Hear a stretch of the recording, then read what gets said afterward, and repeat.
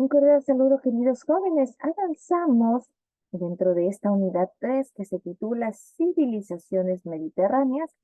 Vamos a avanzar con la civilización romana. Veamos qué podemos aprender en este día. Hablar de Roma es hablar de un importante territorio. En el siglo 8 a.C., la península itálica estaba habitada por diferentes pueblos, entre los que destacaban los latinos y los etruscos en el norte. La costa de dicha península y gran parte de la isla de Sicilia estaban dominadas por los griegos. Era la llamada Magna Grecia. Aquí podemos visualizar en pantalla todo lo que consistía el Imperio Romano, un imperio totalmente grande, totalmente predominante en su momento. ¿Cómo se da la fundación de Roma? Es importante conocer que hay una importante leyenda en donde nos menciona que aproximadamente en el año 753 a.C., Rómulo y Remo, que eran dos hermanos, fundaron en una zona dominada por 7 colinas junto al río Tíber un poblado. Este poblado sería prácticamente lo que se conoce como Roma. Algo que apoya esta leyenda es que las excavaciones arqueológicas muestran que en realidad las colinas sobre las que se asentó Roma estuvieron habitadas desde el siglo IX a.C. y que la ciudad de Roma surgió de la unión de varias aldeas que se extendían a orillas del río Tíber. El gobierno de Roma prácticamente era una monarquía. ¿Cómo se convierte en una república?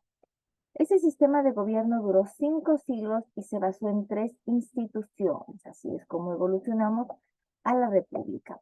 En primera tenemos a los magistrados, quienes eran elegidos por un año y ejercían diferentes cargos de gobierno. Tenemos a continuación los comicios o asambleas populares, que eran los responsables de elegir a los magistrados. Ellos aprobaban leyes, decidían sobre la guerra y también decidían sobre la paz. Nos encontramos con el Senado, que era el máximo órgano de gobierno de Roma. Este estaba compuesto por antiguos cónsules y magistrados, mientras que los cónsules y los pretorios eran aquellos dirigentes máximos de la República y quienes presidían el Senado. Entonces aquí vemos la importancia de cómo la República de Roma estaba organizada por magistrados, comicios, senados y cónsules.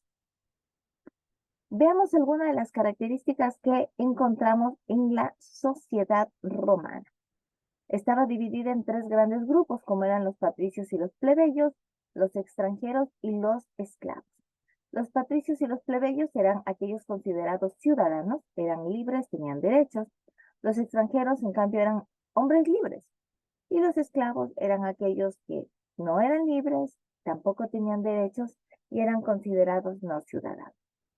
Ahora, ¿qué pasa con la mujer en Roma? Las mujeres, ya fueron patricias o plebeyas, no tenían los mismos derechos que los hombres. Ellas dependían prácticamente de un hombre, ya sea el padre o bien sea el marido. Ahora, ¿quiénes eran las patricias?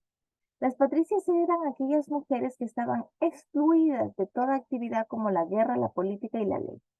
Ellas solamente podían participar en lo que tenía que ver con lo religioso, ¿sí?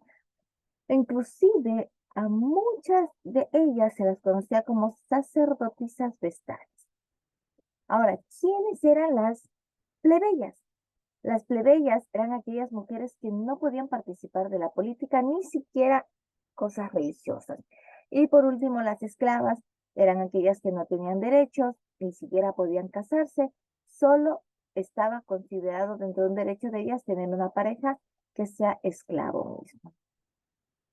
¿Cómo era el matrimonio? El matrimonio nos dice que era un acto privado, no había alguna autoridad que sea religiosa ni civil.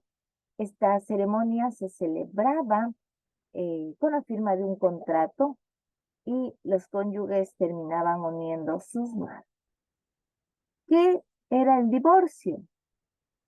El divorcio era un trámite que consistía en que uno de los cónyuges abandonaba el hogar y con esto bastaba para pedir el divorcio. Si las mujeres eran rechazadas por el marido, pasaban a depender nuevamente del padre, ¿sí?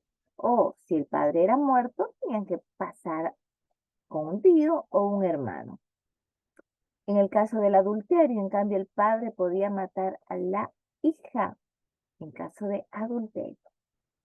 ¿Qué era la familia? La familia prácticamente nos dice que era el padre quien tomaba las decisiones importantes de la familia y la mujer estaba subordinada. Y los hijos, prácticamente los hijos nos dice que el nacimiento de un hijo estaba en manos del pater familia, es decir, del padre que podía aceptarlo o rechazarlo. Los hijos eran reconocidos cuando, tras ser depositados a los pies de su padre, éste los cogía y los levantaba en brazos. Los niños recibían un nombre el octavo día de nacimiento y las niñas el noveno.